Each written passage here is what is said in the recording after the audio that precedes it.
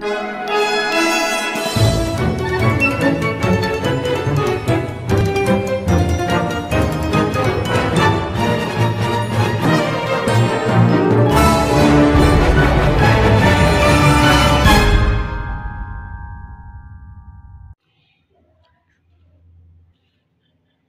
to my MR coaching center. মই আজি আহিছো 10 মাৰ্ক শ্ৰেণীৰ জেনেৰেল সায়েন্সৰ লেসন নম্বৰ 1 ৰাসায়নিক সমীকৰণ। ৰাসায়নিক সমীকৰণ মানে কি আমি আগতে এটো জানিব লাগিব। ৰাসায়নিক সমীকৰণ মানে কি ই প্ৰধানতঃ কেইটা ভাগত ভাগ কৰা হৈছে আৰু আমি বিহেকে এই ভাগ কেইটা কি কি কোনটো ভাগ কেনেকৈ হৈছে আমি ইয়াৰ বিষয়ে বিতংভাৱে আলোচনা। ৰাসায়নিক সমীকৰণ মানে হৈছে আমাৰ যিবিলাক ৰাসায়নিক মৌল আছে যেনেকুৱাকে হাইড্ৰোজেন হিলিয়াম লিথিয়াম আমি জানো এটা মৌলই আন এটা মৌলৰ লগত সহযোগী বান্ধনী নাইবা আয়নীয় বান্ধনীৰ সহায়ত নতুন এটা যৌগ উৎপন্ন কৰে আৰু যি সমীকৰণবিলাক ৰাসায়নিক মৌলৰ দ্বাৰা গঠন হয় তাকে কি বুলি কোৱা হয় ৰাসায়নিক সমীকৰণ বুলি কোৱা হয়। যেনে পানীৰ সৃষ্টি H2 + O2 H2O পানীৰ গঠন দুটা হাইড্ৰোজেন দুটা অক্সিজেন লগ লাগি কিনে পানীৰ সৃষ্টি হয় পানী হয়। এটোকে এনেকে বুজোৱা হৈছে ৰাসায়নিক মৌলৰ চিহ্ন আৰু সংকেতৰ সহায়ত যি সমীকৰণ প্ৰস্তুত কৰা হয় তাকে ৰাসায়নিক সমীকৰণ বুলি কোৱা হয়। ৰাসায়নিক মৌলৰ চিহ্ন আৰু সংকেতৰ সহায়ত যি সমীকৰণ প্ৰস্তুত কৰা হয় তাকে ৰাসায়নিক সমীকৰণ বুলি কোৱা হয়। এতিয়া আমি ৰাসায়নিক সমীকৰণ প্ৰধানতঃ পাঁচটা ভাগত ভাগ কৰা হৈছে। নাম্বাৰ 1 সংযোজন বিক্ৰিয়া, 2 নম্বৰ বিয়োজন বিক্ৰিয়া, 3 নম্বৰ অপহৰণ বিক্ৰিয়া, 4 নম্বৰ দ্বিঅপহৰণ বিক্ৰিয়া আৰু 5 নম্বৰ হৈছে জাৰণ বিজাৰণ বিক্রিয়া। এতিয়া সংযোজন বিক্রিয়া মানে কি সংযোজন বিক্রিয়া মানে হৈছে যেতিয়া দুই বা ততোধিক মৌল লগ লাগি কিনে এটা মৌলৰ সৃষ্টি হয় তাকে কি বুলি কোৱা হয় সংযোজন বিক্ৰিয়া। এটো আমি শুদ্ধ ভাগ এনেকে লিখিম যি ৰাসায়নিক বিক্ৰিয়া দুই বা ততোধিক বিক্ৰিয়ক পদাৰ্থ লগ লাগে। এতিয়া বিক্ৰিয়ক পদাৰ্থ কোনটো হয় আৰু বিক্ৰিয়াকাৰক পদাৰ্থ কোনটো হয় যে সমীকৰণ এটা লেফট হ্যান্ড সাইড এটো আমি লেফট হ্যান্ড সাইড বুলি কও লেফট হ্যান্ড সাইড আৰু এটো হৈছে আমাৰ ৰাইট হ্যান্ড সাইড। সমীকৰণৰ এই লেফট হ্যান্ড সাইডক কি বুলি কোৱা হয় বিক্ৰিয়ক পদাৰ্থ আৰু ৰাইট হ্যান্ড সাইডক কোৱা হয় বিক্ৰিয়াজাত পদাৰ্থ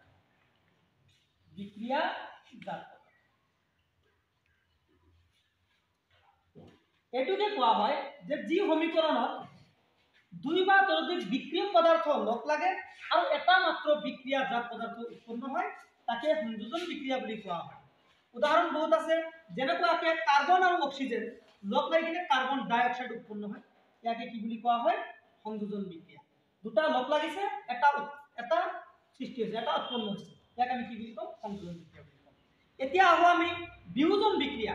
বিয়োজন বিক্রিয়া মানে সংযোজন বিক্ৰিয়াৰ বিপৰীত।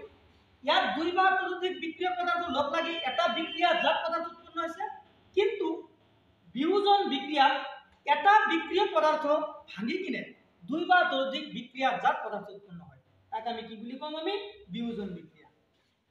যি ৰাসায়নিক বিক্ৰিয়াত এটা মাত্ৰ বিক্ৰিয়ক পদাৰ্থৰ পৰা দুই বা ততোধিক বিক্ৰিয়াজাত পদাৰ্থ উৎপন্ন হয় তাকে কি বুলি কোৱা হয় বিয়োজন বিক্ৰিয়া বুলি কোৱা হয়। যেনেকুৱাকে ক্যালসিয়াম কাৰ্বনেটটো ভাঙি কিনে বিক্ৰিয়া কৰি কিনে ক্যালসিয়াম অক্সাইড আৰু কাৰ্বন ডাই অক্সাইড দুটা বিক্ৰিয়াজাত পদাৰ্থ উৎপন্ন হৈছে। বিক্ৰিয়ক পদাৰ্থ আছিল আমাৰ এটা আৰু বিক্ৰিয়াজাত পদাৰ্থ উৎপন্ন হৈছে দুটা। তো আমি ইয়াৰ পৰা দেখা পালো এটো ইয়াৰ বিপৰীত। এতিয়া আমি আহিম অপহৰণ বিক্ৰিয়া। অপহৰণ বিক্ৰিয়া মানে আমি জানো মৌলবিলাক যোজ্যতা কম আৰু বেছি আছে। যোজ্যতাৰ ওপৰত ভিত্তি কৰি কিনে আমি মৌলবিলাক সক্ৰিয় কম সক্ৰিয় আৰু বেছি সক্ৰিয় বুলিও জানো। এতিয়া যেতিয়া কি কৰিব এটা অধিক সক্ৰিয় মৌলই আৰু কম সক্ৰিয় মৌলক কি কৰিব অপহৰণ কৰি নিজে যৌগটোৰ লগত প্ৰতিস্থাপিত হ'ব তাকে অপহৰণ বিক্ৰিয়া বুলি কোৱা হয়। যেনেকুৱাকৈ এইটো কোৱা হয় যি ৰাসায়নিক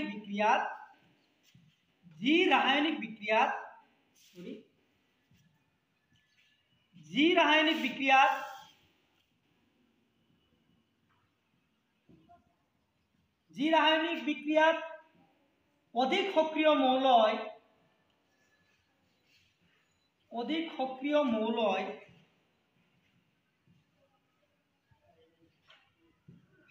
কম সক্ৰিয় মৌলক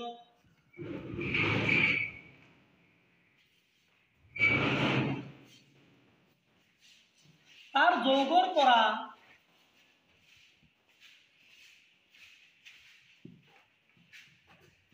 অপসাৰিত কৰে।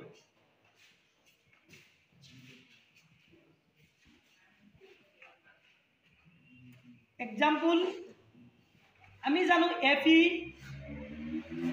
Copper sulphate. আমি জানো কপাৰতকে Fe মানে ফেৰিক অধিক সক্রিয় হয়। ইয়ার যোগ্যতা হচ্ছে 3 আর ইয়ার যোগ্যতা হচ্ছে 2। যেতিয়া কপার সালফেটের লগত Fe যোগ করা হব তেতিয়া কপারে Fe মানে ফেরিকে কপারক তার যৌগৰ পৰা অপসাৰিত কৰিব, মানে এক্সট্ৰা কৰি দিব, আৰু Fe কি কৰিব সালফেটেৰ লগত যৌগ উৎপন্ন কৰিব। ইয়াৰ পৰা আমি গম পালো Fe কপাৰক অপসাৰিত কৰিছে আৰু Fe সালফেটেৰ লগত যৌগ উৎপন্ন কৰিছে। এনেকুৱা ধৰণৰ যিবিলাক বিক্ৰিয়া হ'ব সেই বিক্ৰিয়াবিলাকক আমি অপহৰণ বিক্ৰিয়া বুলি কওঁ। যি ৰাসায়নিক বিক্ৰিয়াত অধিক সক্ৰিয় মৌলই কম সক্ৰিয় মৌলক তাৰ যৌগৰ পৰা অপসাৰিত কৰে তাক আমি অপহৰণ বিক্ৰিয়া বুলি কওঁ। এতিয়া দ্বি অপহৰণ বিক্ৰিয়া, যি ৰাসায়নিক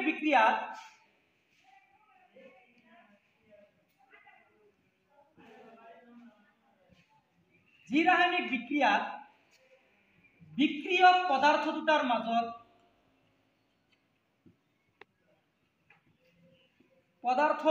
মাজত আয়নৰ বিনিময় ঘটে।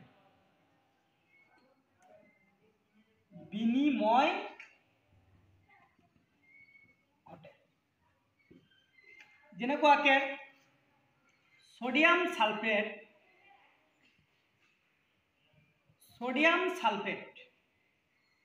প্লাস বেৰিয়াম ক্লোৰাইড বিক্ৰিয়া কৰি কিনে সোডিয়ামে কি কৰিব বেৰিয়ামে সালফেটটো ল'ব আৰু সোডিয়ামে কি কৰিব ক্লোৰিনটো ল'ব। ইয়াত আমি দেখা পাইছো ইহঁতে কি কৰিছে, ইহঁতে নিজৰ মাজতে আয়নৰ বিনিময় ঘটাইছে। Barium sulphate plus sodium chloride. এতিয়া আকৌ আমি আহিম জাৰণ বিজাৰণ বিক্ৰিয়া। জাৰণ বিজাৰণ বিক্ৰিয়াটো বিশেষ একো নহয়। জাৰণ বিজাৰণ বিক্ৰিয়া মানে হৈছে যি ৰাসায়নিক বিক্ৰিয়াত অক্সিজেনটো লাভ কৰে আৰু হাইড্ৰোজেন হেৰুৱায় তাক জাৰণ বিজাৰণ বিক্ৰিয়া বুলি কোৱা হয়। যি ৰাসায়নিক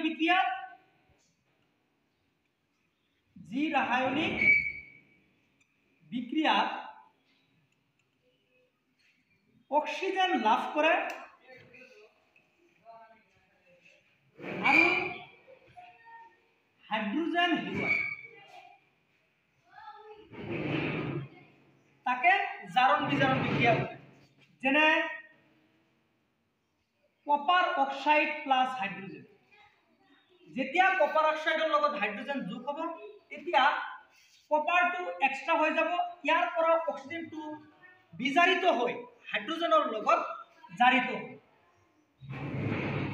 ইয়াকে কোৱা হয় জাৰণ বিজাৰণ বিক্ৰিয়া। তো আজি আছিল আমাৰ এইখিনিয়ে চমুকে ৰাসায়নিক সমীকৰণৰ ভাগ কেইটাৰ আলোচনা।